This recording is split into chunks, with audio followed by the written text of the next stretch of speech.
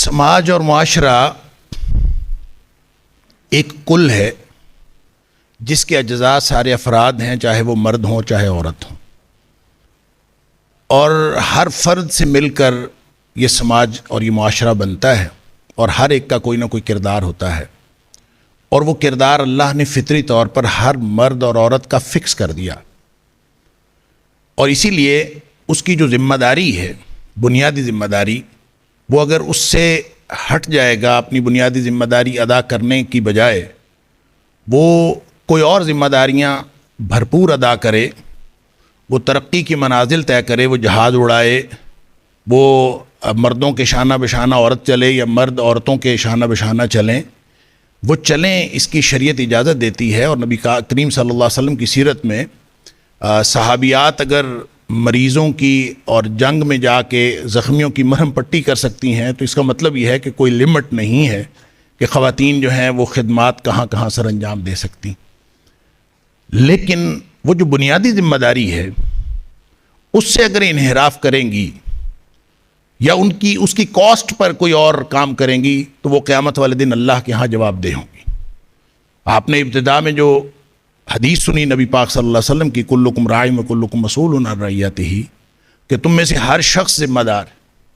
نگہبان ہے اور اس سے اس کی رعیت کے بارے میں پوچھا جائے گا۔ لہذا رعیت کے بارے میں تو پوچھا جائے گا۔ اگر ایک حکمران ہے اور اس کی رعیت بھوکی مر رہی ہے اور وہ تہجد پڑھ رہا ہے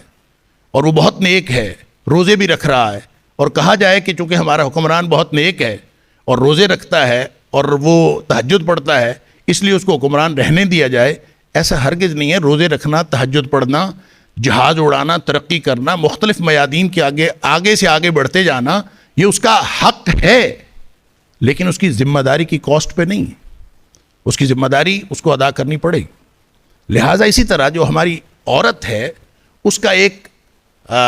دائرہ کار شریعت نے فکس کیا ہے، اور قرآن کہتا ہے وَقَرْنَ فِي بُيُوتِكُنَّ، اور وہ ہے اس کا دائرہ کار، اس کا گھر ہے، اور ذمہ دار بھی اسی گھر کی ہے۔ وَالْمَرْأَةُ رَاعِيَةٌ فِي بَيْتِ زَوْجِهَا، وہ اپنے شوہر کے گھر کی ملکہ ہے، اس کی نگہبان ہے، اور اسی کے بارے میں اس سے قیامت والے دن پوچھا جائے گا۔ لہٰذا اگر ہماری عورت آج کے دور کی ہو، وہ قدیم دور کی ہو، یا وہ آئندہ آنے والے جدید ترین دور کی ہو، اگر وہ اپنی بنیادی ذمہ داریاں وہ پوری کرتی ہے تو اس کے لیے پوری دنیا کا ہر میدان کھلا ہے، وہ کہیں بھی ترقی کی منازل طے کر سکتی۔ لیکن اگر وہ بنیادی ذمہ داریوں کی کاسٹ پہ کرتی ہے تو یہ تو ایسے ہی ہے کہ کوئی شخص جو ہے وہ چائے بنانی اس کو آتی نہیں، اور چائے بنانی اس کی ذمہ داری ہے، اور پوری دنیا کی سیاست پہ وہ بات کرتا ہے، پوری دنیا کے معاملات میں مداخلت کرتا ہے، اصل کام اس کا چائے بنانا ہے، اس کو چائے بنانی چاہیے، چائے بنانے کے علاوہ وہ جہاں جانا چاہتا ہے وہ جائے۔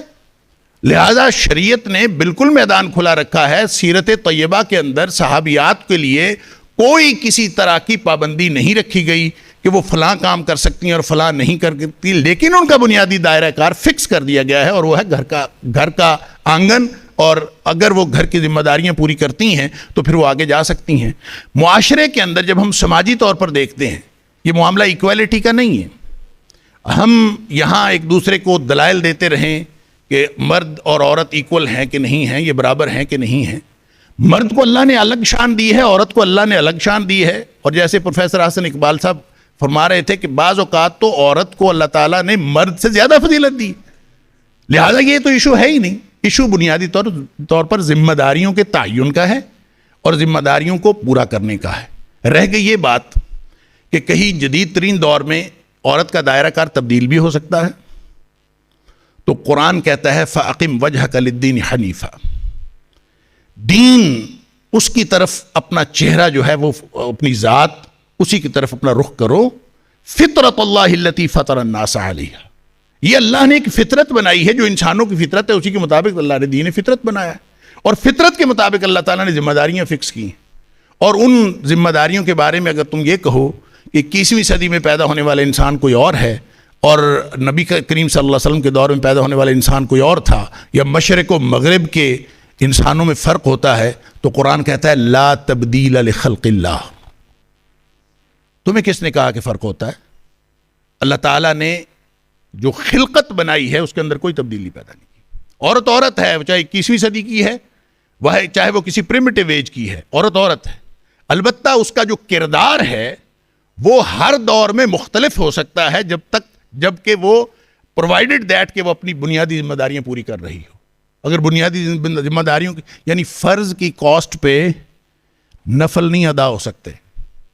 وہ خواتین جو دنیا میں ترقی کرنا چاہتی ہیں ضرور کریں، اور وہ جہاں جس میدان میں اپنی خدمات پیش کرنا چاہتی ہیں کریں، ان کے لیے پورا میدان کھلا ہے، لیکن فرض کی کاسٹ پہ نہیں۔ فرض ان کا یہ ہے کہ اپنے گھروں کو سنبھالیں اور گھر کی ذمہ داریاں پوری کریں، اور اگر ذمہ داریاں پوری نہ ہوئیں تو سماج باقی نہیں رہے گا۔ میں اس کانفرنس کے اس افتتاحی اجلاس میں یہ کتاب و سنت کا ایک ادنا سا طالب علم ہوتے ہوئے میں یہ عرض کرنا چاہتا ہوں کہ اگر عورت اپنی بنیادی ذمہ داری سے انحراف کرتی ہے تو یہ سماج جس کو ہم معاشرہ کہتے ہیں یہ باقی نہیں رہے گا۔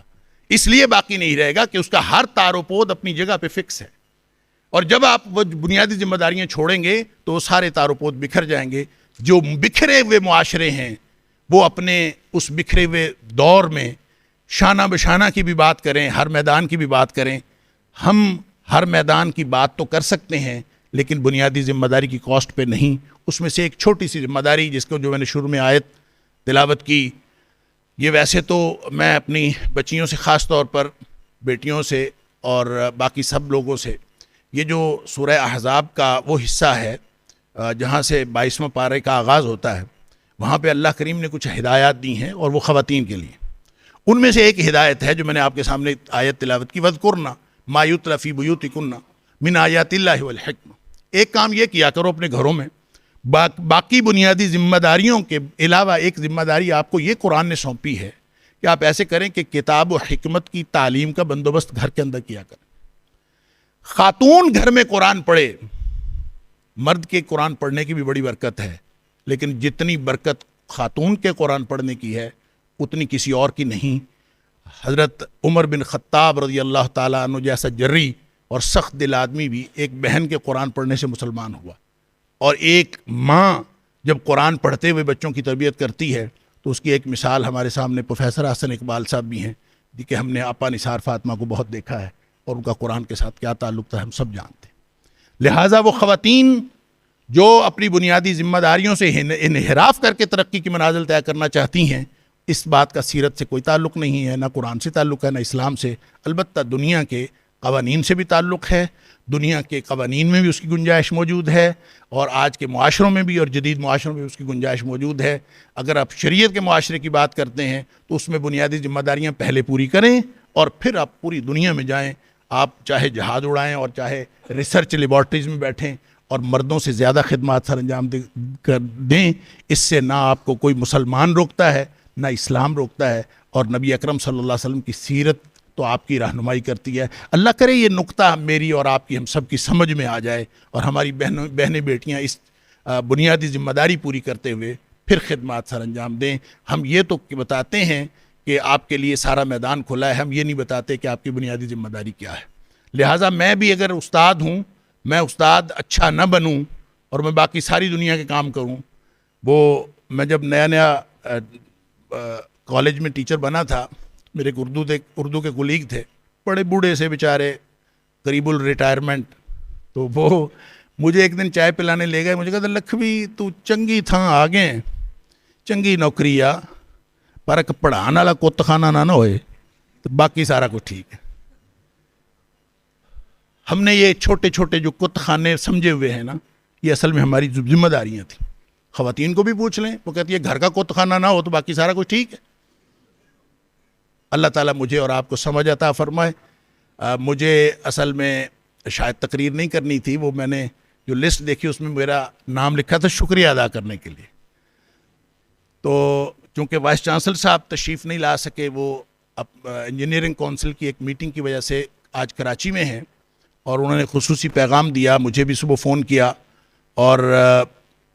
پروفیسر حسن اقبال صاحب کو سلام بھی دیا، ان کو انہوں نے ڈائریکٹ میسیج بھی کیا، وہ کہتے میں ہوتا تو میں ضرور استقبال کرتا۔ تو اب جو ہے وہ جب وہ وی سی صاحب نہیں ہیں تو مجھے یہ باتیں کرنے کا موقع مل گیا۔ اللہ تعالی ہم سب کو کتاب و سنت سمجھنے، سیرت سے صحیح طور پر رہنمائی حاصل کرنے کی توفیق عطا فرمائے، اور یہ جو ڈاکٹر شاہدہ صاحبہ نے یہ کانفرنسوں کی ایک لائن لگائی ہے نا، میں یہ سمجھتا ہوں کہ ڈاکٹر صاحبہ جس قدر متحرک اور ذمہ دار شخصیت ہیں، یہ انہی کا خاصہ ہے۔ یہ جو سیرت چیئر جینڈر سٹڈیز کا ذکر کر رہے تھے پروفیسر احسن اقبال صاحب، تو ہمارے وہ جو جینڈر سٹڈیز کی سیرت چیئر ہماری پنجاب یونیورسٹی میں قائم ہوئی، اس کی پہلی ڈائریکٹر جو ہے وہ ڈاکٹر شاہدہ صاحبہ بنی، اور اسی تسلسل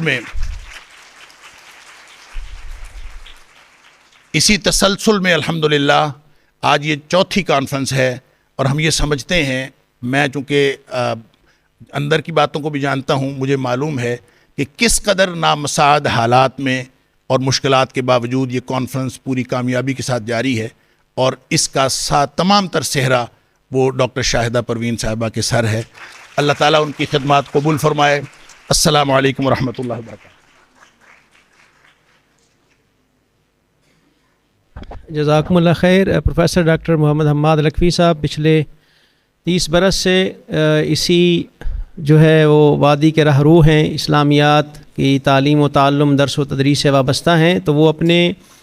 جو فکر ہے اس کا جو ہے انہوں نے ایک اظہار فرمایا ہے کہ خواتین کی سماجی ذمہ داریاں سیرت طیبہ صلی اللہ علیہ وسلم کی روشنی میں ہم کیسے سمجھ سکتے ہیں۔ آپ نے توجہ سے ان کو سنا ہے۔ پروفیسر احسن اقبال صاحب کی خواہش تھی کہ 2 منٹ جو ہے نا میں ایک بات کرنا چاہ رہا ہوں، تشریف لائیں سر۔ میں ذرا وہ تھوڑا سا وہ کچھ وضاحت کرنا چاہتا ہوں جو میں نے 21ویں صدی کی بات کی کہ رولز اینڈ رسپانسبلٹیز، چونکہ جو نیا سماج ہے اس میں اب وہ مسل پاور نہیں برین پاور ہے، اور اس برین پاور کے ناطے خواتین اب عملی زندگی میں اور ترقی میں شریک ہیں۔ تو اس سے میرا قطعاً یہ مراد تو نہیں تھی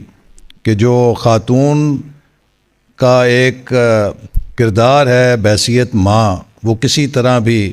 گرہن ہو سکتا ہے، وہ تو رہے گا، لیکن میری مراد یہ تھی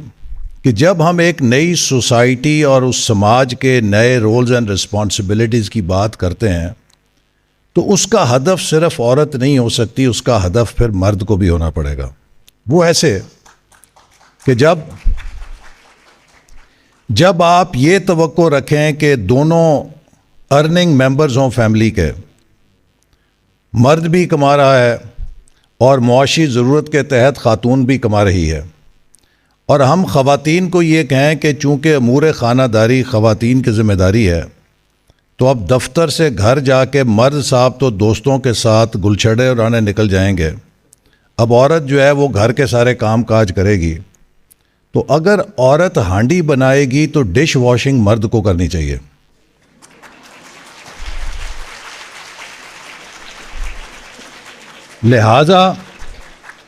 لہٰذا جو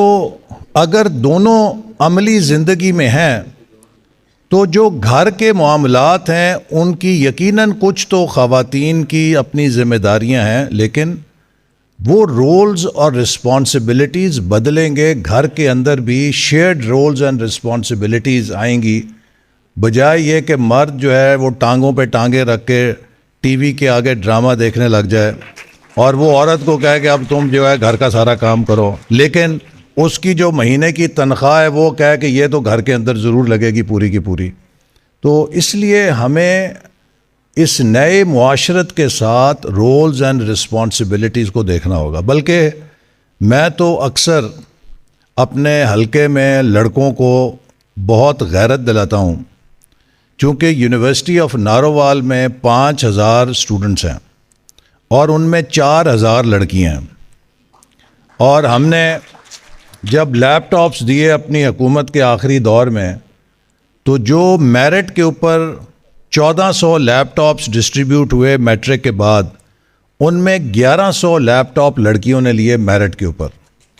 تو میں لڑکوں سے اکثر یہ کہتا ہوں کہ مجھے اس بات کا ڈر ہے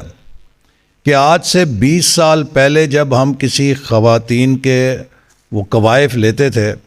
تو اس میں ان کا آکیوپیشن جو ہوتا تھا 80% خواتین کا ہوتا تھا ہاؤس وائف۔ تو میں نے کہا اگر یہ معاملہ ایسے ہی چلتا رہا تو اگلے 10-20 سال میں مجھے ڈر ہے کہ اکثر لڑکوں کا آکیوپیشن ہوگا ہاؤس ہسبینڈ۔